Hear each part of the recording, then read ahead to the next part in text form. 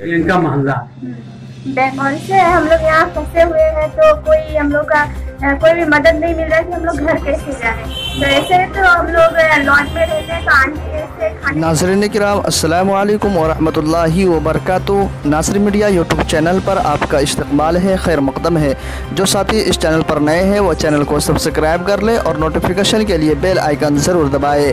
प्रगतिशील मजदूर मिस्त्री यूनियन भागलपुर के जनरल सेक्रेटरी व सियासी रहनुमा मोहम्मद हिमायू ने अपनी रिहाइश गाह सदरुद्दीन चकवाक़ लॉकडाउन में फंसे तलबा व तालिबात के दरमियान अशियाए खुर्दनी तकसीम की।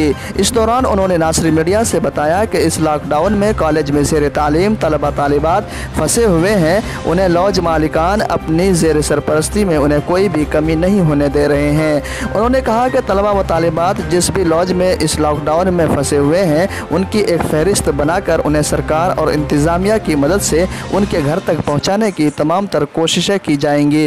इस मौके पर झुग्गी झोपड़ी के सेक्रेटरी राम पूजन, मोहम्मद इनाम, मोहम्मद राशिद, मोहम्मद आमिर, मोहम्मद हिमायू की शरीक अयाद व दिगर मौजूद थी।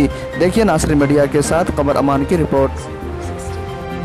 इनका मोहल्ला बेंगल से हम लोग यहाँ फंसे हुए हैं, तो कोई हम लोग का कोई भी मदद नहीं मिल रहा है कि हम लोग घर कैसे जाएं।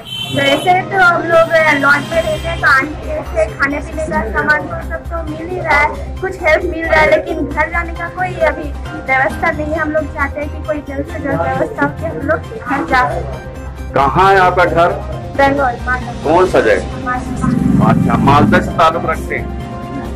लेकिन आप लोगों को क्या बोलते हैं कि कोई तरह का एप्लीकेशन वगैरह दिया एसडीओ को? नहीं, अभी कुछ एप्लीकेशन नहीं दिए, कोई जानकारी नहीं दिया।